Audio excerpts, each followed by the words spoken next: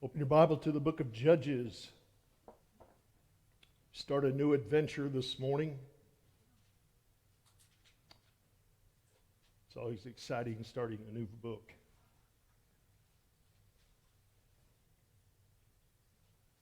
Book of Judges. In 1983, in a speech, Alexander Solzhenitsyn, and I'm probably messing that name up. It always does, never sounds right when I say it out loud. He offered this summary as an explanation for all the horrors of Soviet communism and why it came to pass. He simply said, men have forgotten God, that's why all this happened. It's fascinating to read what all of this he is referring to. He's talking about Marxism, Leninism, communism, but for him personally, it was that he spoke out against Lenin openly and spent 8 years in a Russian gulag.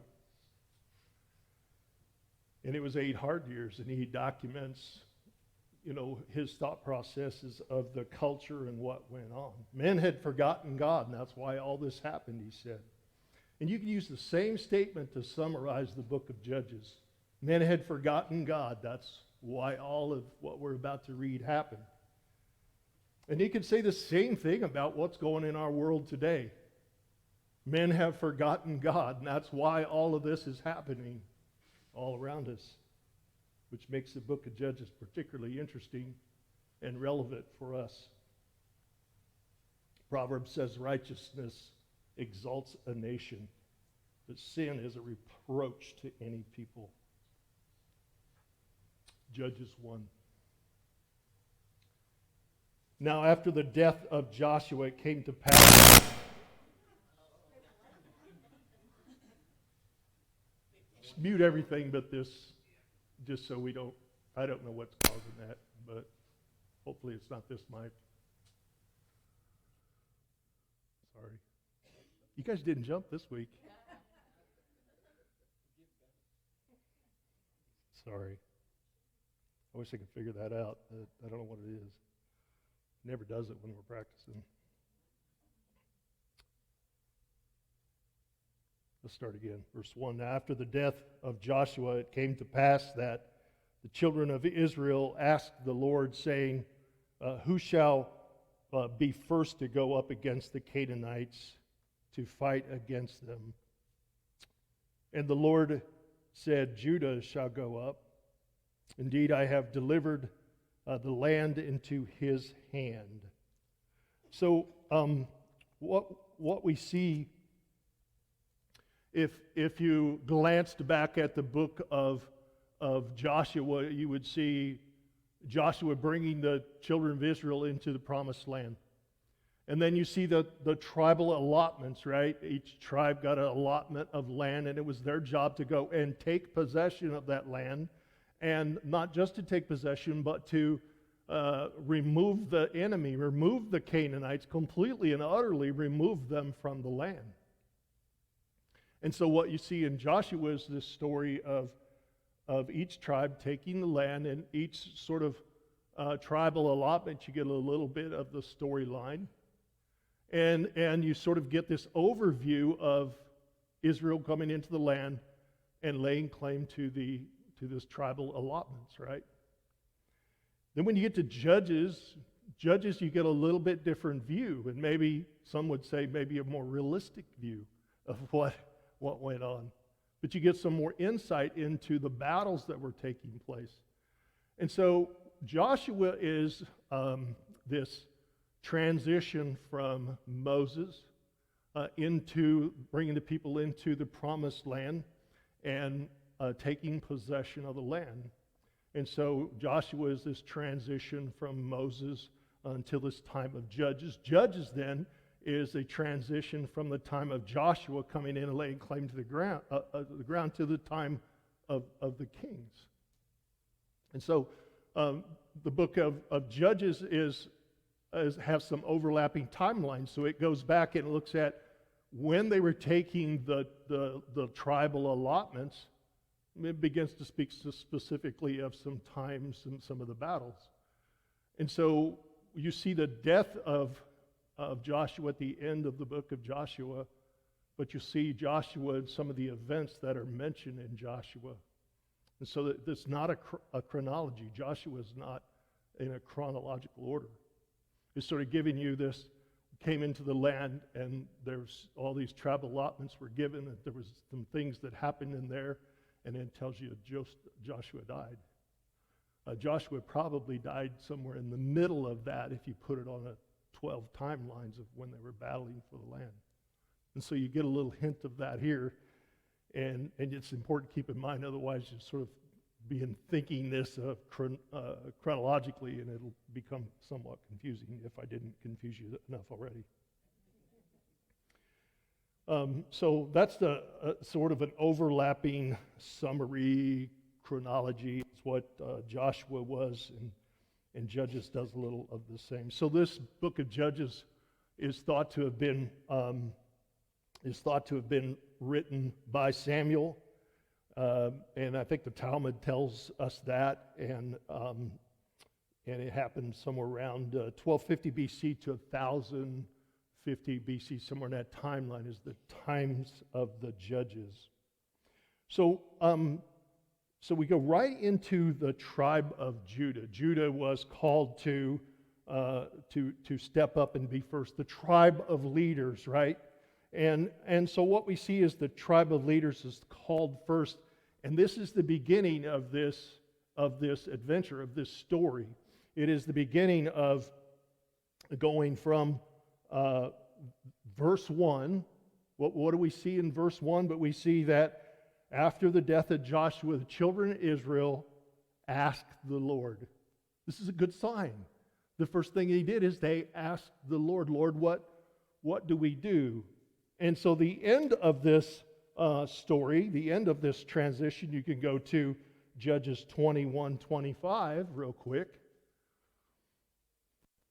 Turning forward a few pages, Judges 21-25. The end of this transition looks like this. In those days, there was no king in Israel, and everyone did what was right in their own eyes. So we're going to go from a people that had it in their heart and their thought process to ask the Lord to when they just all did whatever they wanted to do.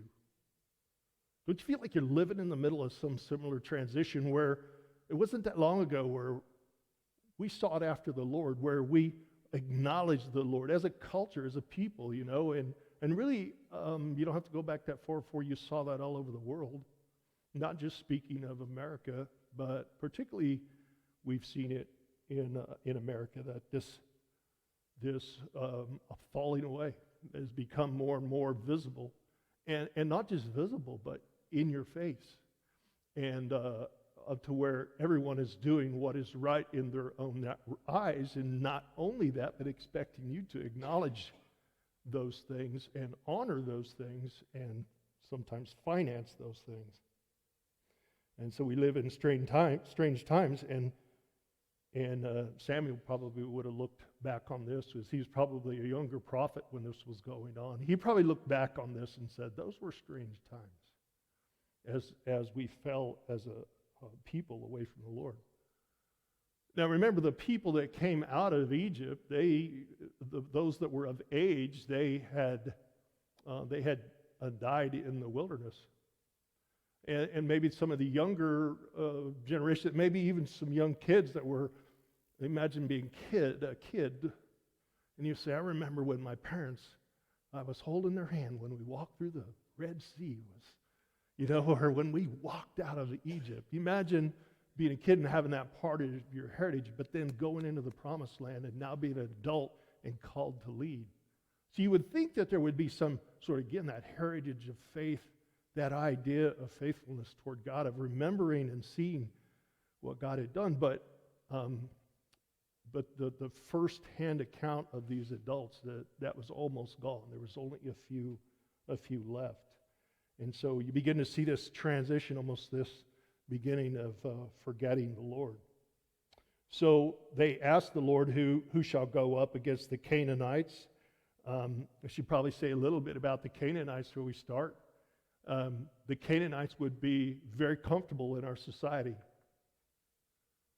they would be very welcome.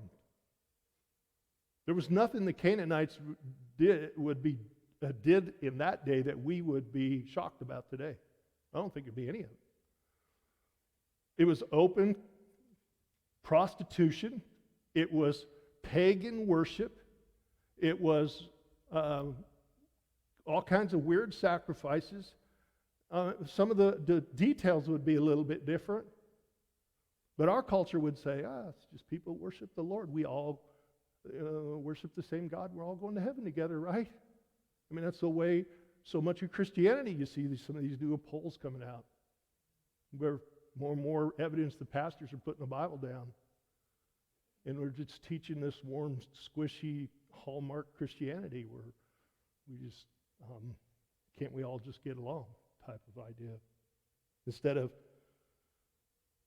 acknowledging that God has saved us and finding out what he would say to us. So the Canaanites were a wicked and evil people. Pure and simple. You can do some research in that area. God acknowledges this.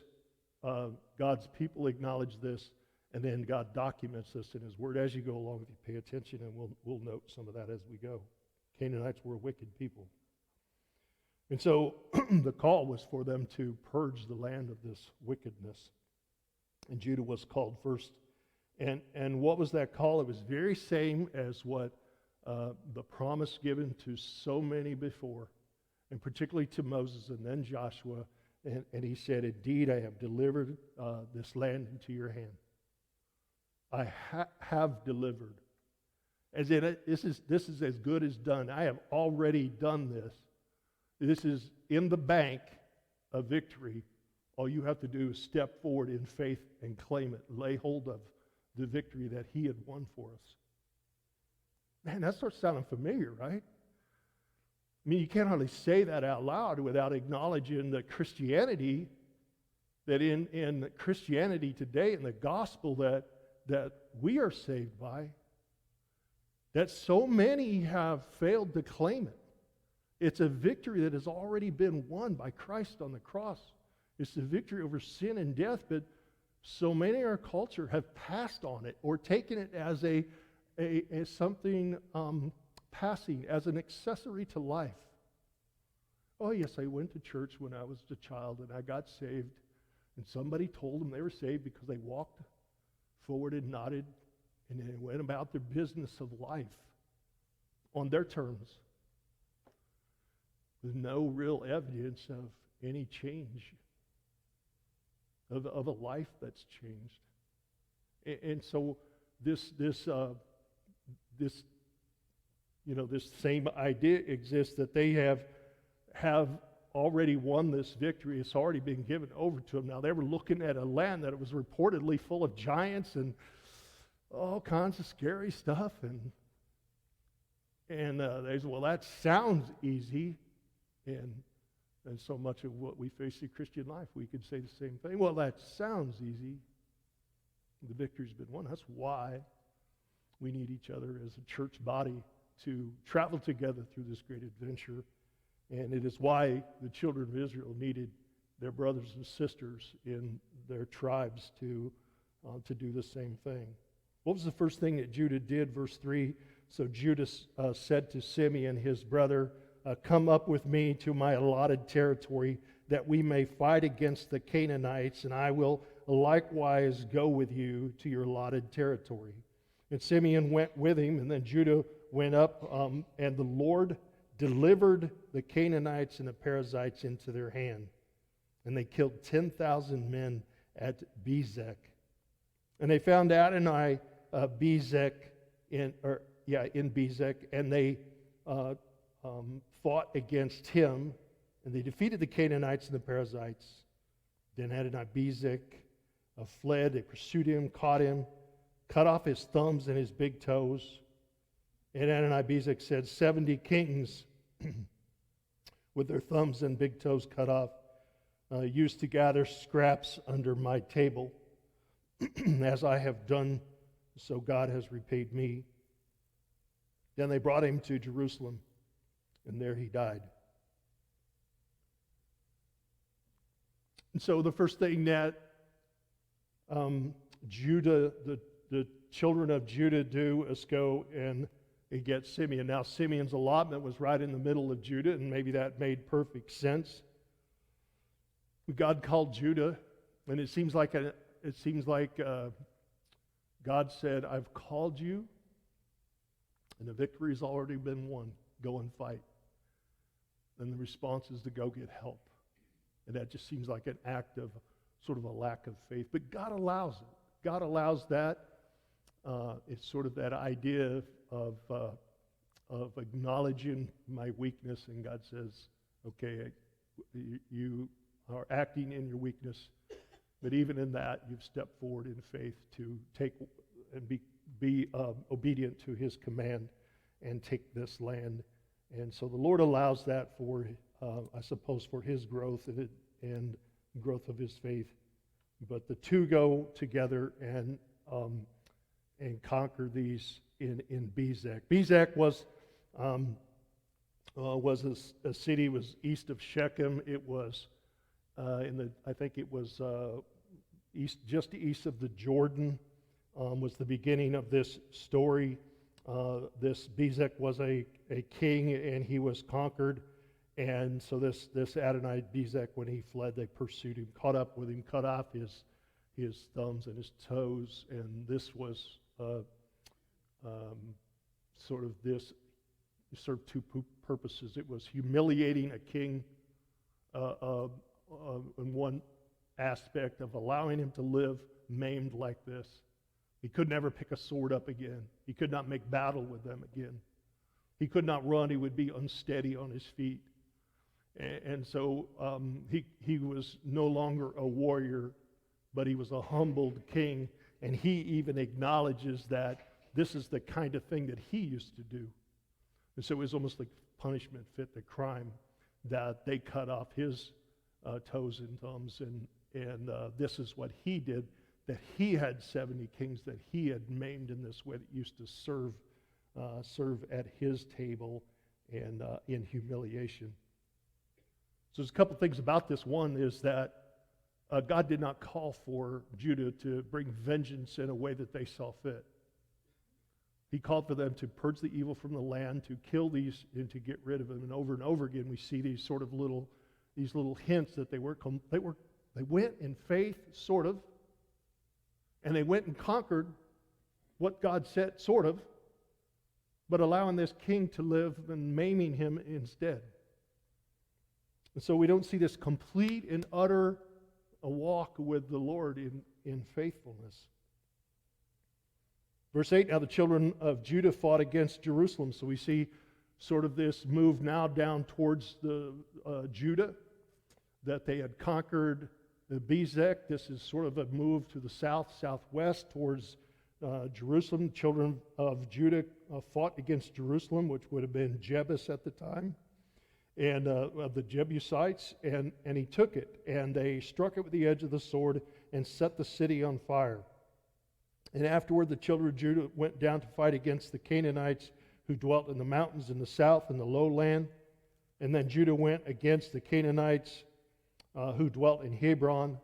Now the name of Hebron was formerly Kirjath Arba, and they killed Sheshai, Ahiman, and Talmai.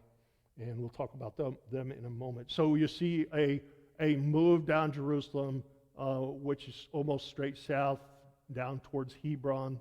And so basically moving into the core of the Judah and Simeon tribal allotment and fighting these battles and taking this land.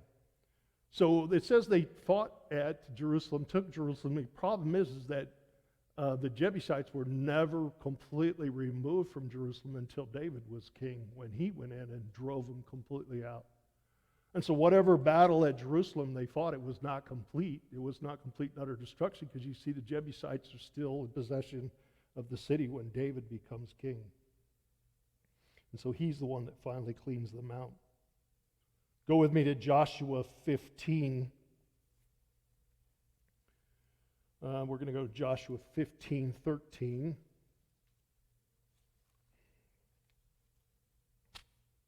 read there for a little bit. This is a little bit of the overlapping stories, overlapping timeline I was telling you about.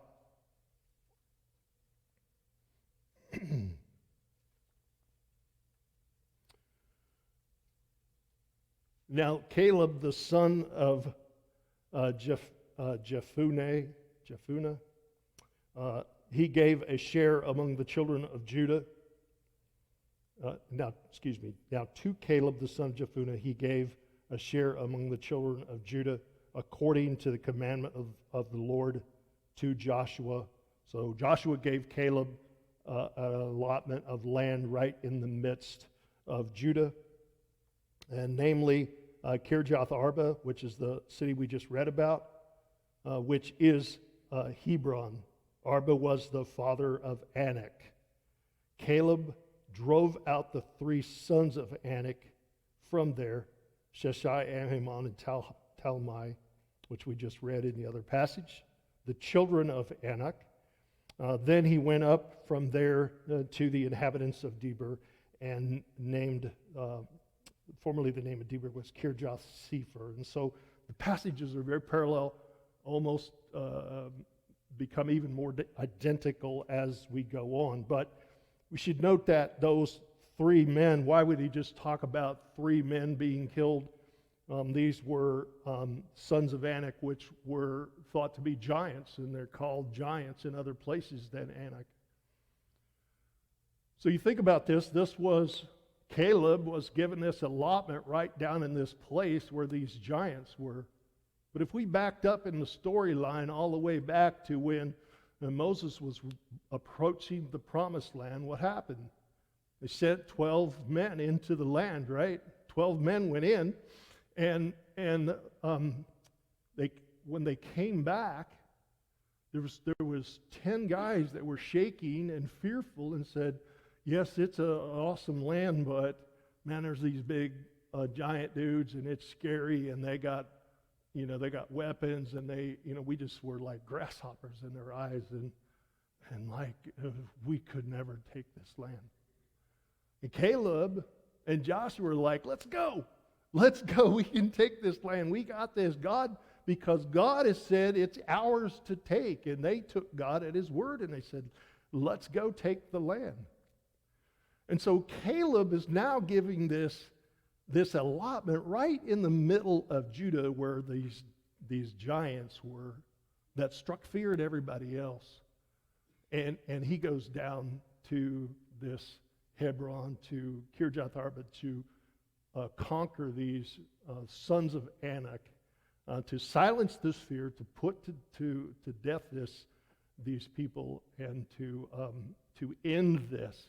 And so I think this is why I think this story is in it. This is why it's so important, because part of what was driving them away from God was fear. Was fear of the things they did not understand, things that looked unconquerable, things that were overwhelming to them. And so these three men, Judges tells us, were killed at Hebron. So again, Judah is coming down with Simeon, beginning to conquer their territory to their allotted land. Verse 11. From there they went against the inhabitants of Debir, which is where this story now begins to be exactly what was written in Joshua where we left off. Then Caleb said, verse 12, whoever attacks Kirjath Sepher and takes it, to him I will give my daughter Achsah as a wife. And Othniel, the son of Kenaz, Caleb's younger brother, took it. So he gave him his daughter Achsah as a wife. And now it happened when she came to him that she urged him to ask her father for a field. She dismounted from her donkey, and Caleb said to her, what is it you wish? And so she said to him, give me a blessing. Since you have given me land in the south, give me also springs of water. And Caleb gave her the upper springs and the lower springs. Again, what's significant about this passage to be repeated again, almost verbatim, and I think one is the heritage of Caleb carrying on from generation to generation. Now you see, really Caleb was a pretty old man at this time. And instead of going to conquer the city, then he offers this reward of his daughter, and this young man Othniel steps forward, and he becomes a military hero, right?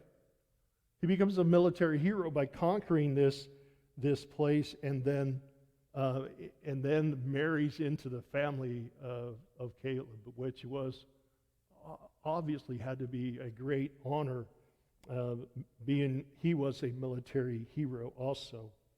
It calls him his younger brother, which is probably, they were not brothers, it might have been a cousin or nephew, it might have been some other line, but it may have just been sort of that brothers and sisters in Israel, in Jacob's brothers and sisters in children of Israel. And so this sort of dowry, maybe some would think it's a dowry that she gets this land. She asks for this land. This land is given to them, but then she, again, sort of a weird little insertion in this story that's documenting the fall of the children away from God. This weird little detail about her dismounting her donkey, and then Caleb asking her what it is she wished. So this act of getting off of her donkey may have been one of humility, of getting off of her donkey and maybe even bowing before her father. Some say that she was, some see this as an act of defiance to her father. But I don't know if there's really much evidence of that. It's probably more of dismounting her, honoring her father, and then asking for this blessing. The reason she asked for this, and she says, give me this blessing, is that, says, since you have given me land in the south, and the word is really Negev there, it's sort of, the idea is you've given me this Negev-like, Negev being a desert-like. You've given me this dry desert-like, Negev-like land, which didn't have a lot of value without water.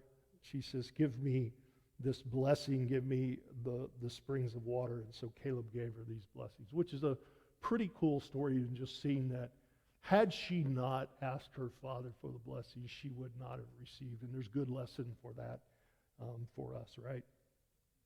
Let's go on, verse 16. Now the children of the Kenite, Moses' father-in-law, went up from the city of palms with the children of Judah into the wilderness of Judah, which lies in the south near Arad. And they went and they dwelt among the people. And Judah went with his brother Simeon, and they attacked the Canaanites who inhabited Zephath and utterly destroyed it. So the name of the city was called Hormah. And also Judah took Gaza with its territory, Askelon with its territory, Ekron with its territory. So the Lord was with Judah. And I want to stop right there for a moment. And really with the idea that, again, acknowledging that even though maybe there wasn't his complete faithfulness of Judah, but the Lord was still with Judah in this conquering of the land, because he was acting in obedience to take the land. Even though in all through this, we see that the children of Israel weren't completely and utterly faithful. So we see this thing that the Moses' father-in-law is Kenite, but we know from earlier in the Bible that Jethro was Moses' father-in-law. So either Moses had another wife, or there's some other explanation for this. So again, it's not something to throw us. But again, city of palms was a term used for Jericho. But in this case, they're not talking about Jericho. They're talking about someplace farther south near Hebron. So this is probably a term that they used for like an oasis or something like that. And so it was a city of palms, and they south of Arad. Arad was like 20 miles on farther south of Hebron, and so Judah and Simeon attacked the Canaanites who inhabited Zephath, this city, and it was probably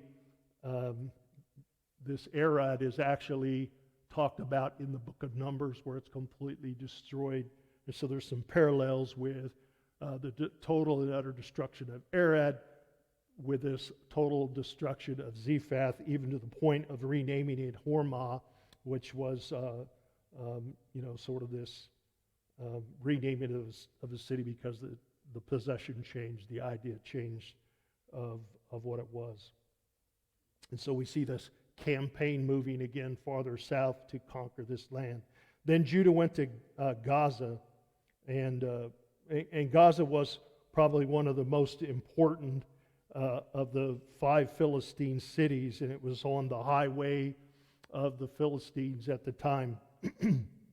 Interesting that Gaza as a city would be one of the most important when we hear that term constantly in the news, right? Judah took Gaza with its territory, and one of the Philistine cities. It went on to Ascalon, which was a seaport city, which would have been very important also. And then it went to Ekron, and which was a city that was sort of a frontier city in Judah, which would become this frontier city between Jerusalem, Judah, and sort of the Philistine area. And so he says he's conquered these cities, but we never see this complete possession of this, and we see the Philistines rise to power, and over again begin to be a problem with Israel because they weren't completely and utterly destroyed as the Lord called for them. But the Lord was with Judah. They drove out the mountaineers, it says, but they could not drive out the inhabitants of the lowland because they had chariots of iron. And what you see is, if you follow that route that we talked about with these cities, you're sort of in this mountain and hills region, but when you get to the plains, that's where things stop, and the possession particularly was maintained by the Canaanites.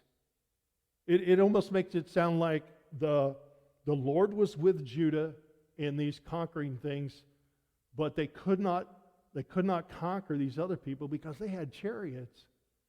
As if God was like, oh darn, I didn't know they had chariots. That's probably not what God said, and that's obviously not what this meant, but that they knew that the Lord was with them, and that the idea of iron chariots almost struck fear in them, and they failed to have enough faith to step out and conquer these people as God had commanded because of these chariots. And so the presence of these chariots made them shy away from anywhere where a chariot could be a factor in a battle. They took the easy battles. Faith carried them through for those things that were easy, but I don't know. They got chariots, and so they begin to shy away. And then faith begins to waver, and we become unsteady in our faith when we begin to doubt, and we can see the beginning of that. Verse 20. And they gave Hebron to Caleb, as we read back in Joshua, as Moses had said. And then he expelled from there the 3 sons of Anak. But the children of Benjamin did not drive out the Jebusites who inhabited Jerusalem. So the Jebusites dwell with the children of Benjamin in Jerusalem to this day. And so you see now Benjamin picks up in the narrative, the tribe of Benjamin. Jerusalem would have been right on the border between the Benjamin and Judah, to where the Benjaminites would have also been called to conquer that city. They could not conquer Jerusalem, and the Jebusites continued to inhabit Jerusalem. And verse 22, then, and the house of Joseph also went up against Bethel, and the Lord was with them. And so, interesting that he uses the house of Joseph instead of talking about Ephraim and Manasseh. Remember, there was no really tribal allotment of Joseph, but that Joseph's sons, Ephraim and Manasseh, would receive Joseph's, because Joseph had a double portion of blessing of allotment of inheritance. And this is how it showed up under the allotments of Manasseh and Ephraim. And so the house of Joseph went up against Bethel, and the Lord was with them. And so the house of Joseph sent men to spy out Bethel. The name of the city was formerly Luz. And when the spies saw a man coming out of the city, they said to him, "Please show us the entrance to the city, and we will show you mercy." And so he showed them the entrance to the city. They struck the city with the edge of the sword, but they let the man and all his family go. And the man went to the land of the Hittites, built the city, and called his name Luz, which is its name to this day. Again, we see this compromise that Joseph went to Bethel. Bethel became a very important place throughout the history of Judah and throughout the history of the Israelites. And it became one of the places for idol worship when the nation split. Northern tribes set up an idol at Bethel, one of their idols, to worship God in a very wrong way.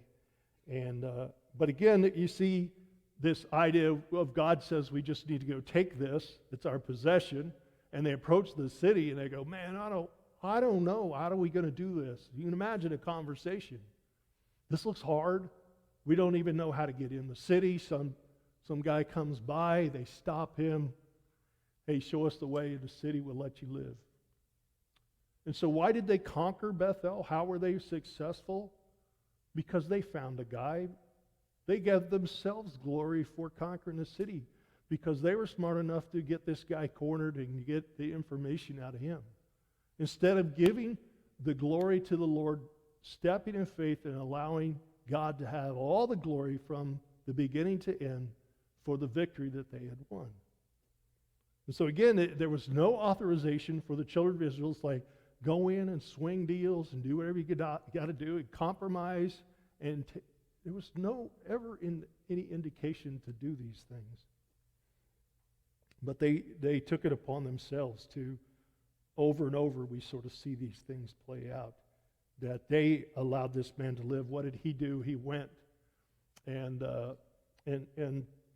he built up this city that would at a later date become an enemy and have to be dealt with later. This is what happens in our life, right? We compromise with these evil things. We allow a little sin. We look the other way. And at some point, it gets so festered and so big and so ugly, we have to go back and we have to deal with this very thing because we didn't deal with it before. It is 10 times as hard to deal with it then. Over and over, we get this example of righteousness and standing in the holiness that is defined by God, not by us.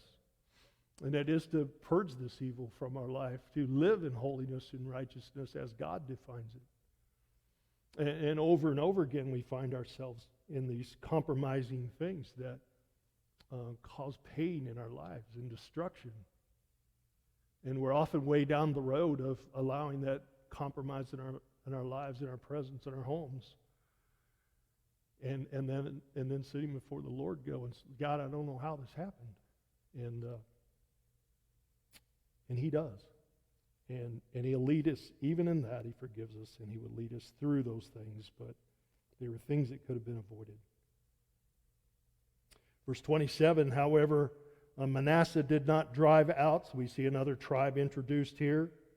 Manasseh did not drive out the inhabitants of Bethshean and its villages, or Tanakh and its villages, or the inhabitants of Dar and its villages, or the inhabitants of Iblim and its villages, or the inhabitants of Megiddo and its villages. And all of this is sort of around the Jezreel Valley, just west of the Jordan, kind of northeast of Jerusalem.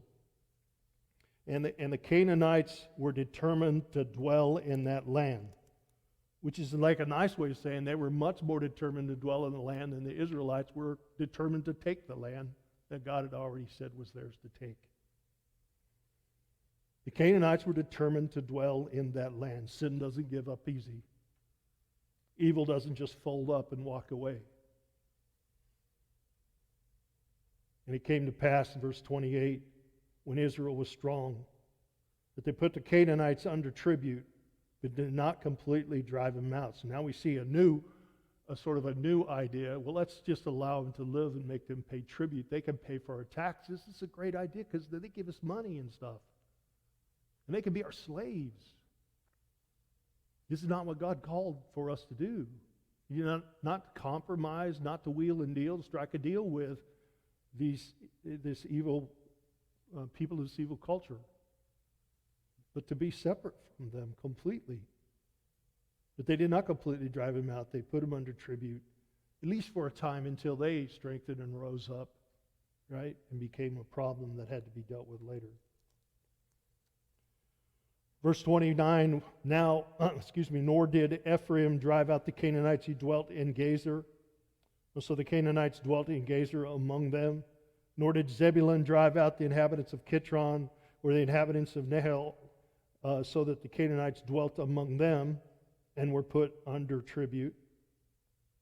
So it seems like as we started with Judah asking God's counsel, as we've gone tribe to tribe to tribe here, it's getting darker, it's getting worse. There's more and more cities that were not conquered. There's more and more compromise, more and more of letting the evil live amongst them. Of acknowledging they really wanted to keep the land. And it just keeps getting worse. Verse 31, now, nor did Asher drive out the inhabitants of Akka or the inhabitants of Sidon or Ahlab. It's probably got a in there somewhere, but Achzib, Helba, and Aphik, or Rehob. And so the Asherites, they dwelt among the Canaanites, the inhabitants of the land, for they did not drive them out. So here we see the Asherites living right in the midst of the Canaanites. Nor did Naphtali drive out the inhabitants of Beth Shemesh or the inhabitants of Beth Anath, but they dwelt among the Canaanites, the inhabitants of the land. Nevertheless, the inhabitants of Beth Shemesh and Beth Anath were put under tribute to them. So they dwelt among them, but you know what? They had them under tribute, and they paid, taxes and helped pave the roads or something. Who knows? And the Amorites forced the children of Dan. So we go from top to bottom, from Judah all the way to the very worst is then documented with Dan. That the Amorites, they just forced the children of Dan into the mountains, for they would not allow them to come down to the valley. Imagine that. God is giving this allotment to them, giving this land, and said that the victory's won. But the Amorites said no. They said no. They said, don't you come out of the mountains. And they were like, yes, and they run back to the mountains. We're sorry. We won't come back. Can you imagine? God didn't say the Amorites is go take the land unless the Amorites get mad. And go and lay a hold of your promise, unless of course it gets hard. There was no ifs, there was no buts about any of this. The Amorites were determined. Oh well. The enemy is determined to dwell in the Mount Heres in Ajalon and Shalbim. Yet when the strength of the house of Joseph became greater, they were put under tribute. That's almost like this. But it turned out okay because they paid tribute. It's like trying to justify the presence of that wickedness. Now the boundary of the Amorites was from the ascent of Akribim to Selah and upward. That's like the ultimate right now. And God took the land and he divided it up into 12 sections, 12 allotments. And in the end, it says the Amorites had their allotment. They had their own boundaries set up. He told them to stay out. That evil was still present.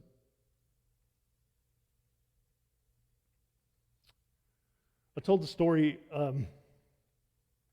yesterday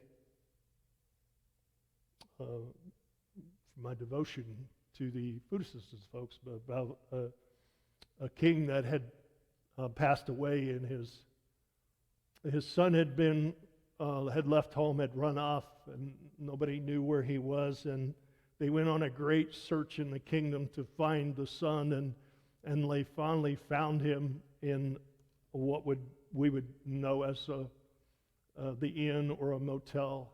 They found him in the doorway, froze to death at the motel because he couldn't afford the 25 cents for a room. He had in fact inherited an entire kingdom and multi-millions of dollars. He was rich beyond belief, but he never lived to claim the promise. It was a great inheritance. It was a great promise. And we can acknowledge the very same thing, that we have a king that has already won the victory. He's already claimed it, and he already says, it is your possession. All you got to do is take it. All you have to do is possess what he was giving you. But as we said, that so many in our culture have said, no, thank you. They're not interested. They're not interested what our king has done. Or they just say, I don't believe. I think that's silly. I think a lot of it is they want to rule their lives, this world, on their own terms. And if we aren't separate from that, we become part of the problem. Now, God hasn't called us to take the sword and clean out the land. I'm not acknowledging or saying that in any way. But he has called us to be separate. And he has called us to receive the promise that he has given us. And it is a great inheritance. It is something for each of us to think about. Have I truly embraced? Have I truly taken a hold of it? I just sort of played around in the edges. We call it conquering. I call it taking what God has given, but in reality, I sort of just playing around with it a little bit, allowing evil to sort of exist because nobody will know. And I won't do it on Sunday or whatever it is. You know what it is. And we know what it is. And the Holy Spirit reveals that. If Christ is in you, the Holy Spirit has informed you of that all the time. And we can become very good at ignoring it. And we can finally acknowledge it and repent of it and give it all over to him, every bit of it. You imagine that God has said, I'm willing to fight every battle for your life. That he fought the ultimate battle for you. That he conquered sin and death on your behalf.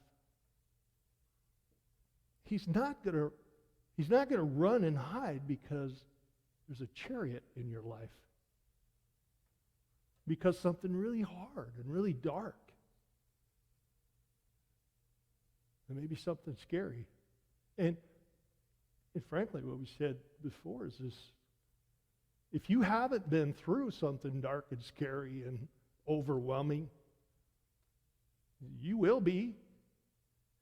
You're either, our whole life, this great adventure is if we acknowledge it, is going from those sort of dark times when we grow most in our faith. When we grow close to the Lord and we come out victorious and we come out with stronger faith. And we live on the mountaintop for a brief time, and then down we go into the dark valley again, into something dark for another round. This is part of our life. This is part of the suffering of a Christian life. We have to acknowledge that. We have to embrace that and say, okay, Lord, here we go.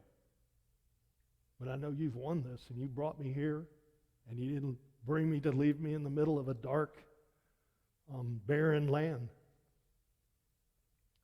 Look, the Israelites didn't wake up one day and go, what do you think, guys? Should we part from the Lord? Should we just start doing our things our own way? They didn't wake up one day and just decide to turn their back on the Lord. It just happened a little at a time. But it sort of feeds on itself. It just picks up. It's kind of this downhill thing. It's like a snowball, It just keeps picking up speed and getting worse. It's a little compromise. And so to battle that is this idea of what we've said many times in the New Testament tells us of taking heed. Taking heed of your own life. Of checking ourselves. And so a walk in righteousness of Christ, a walk of a Christian walk is not one of this sort of spiritual pride that we've arrived anywhere, but of absolute humility, knowing that we are not capable of that walk in and of ourselves. But it's 1,000 decisions every day of saying, I'm going to follow Christ. As hard as it is right here, right now in this decision, I'm going to follow Christ. I'm going to do what he has called me to do every day.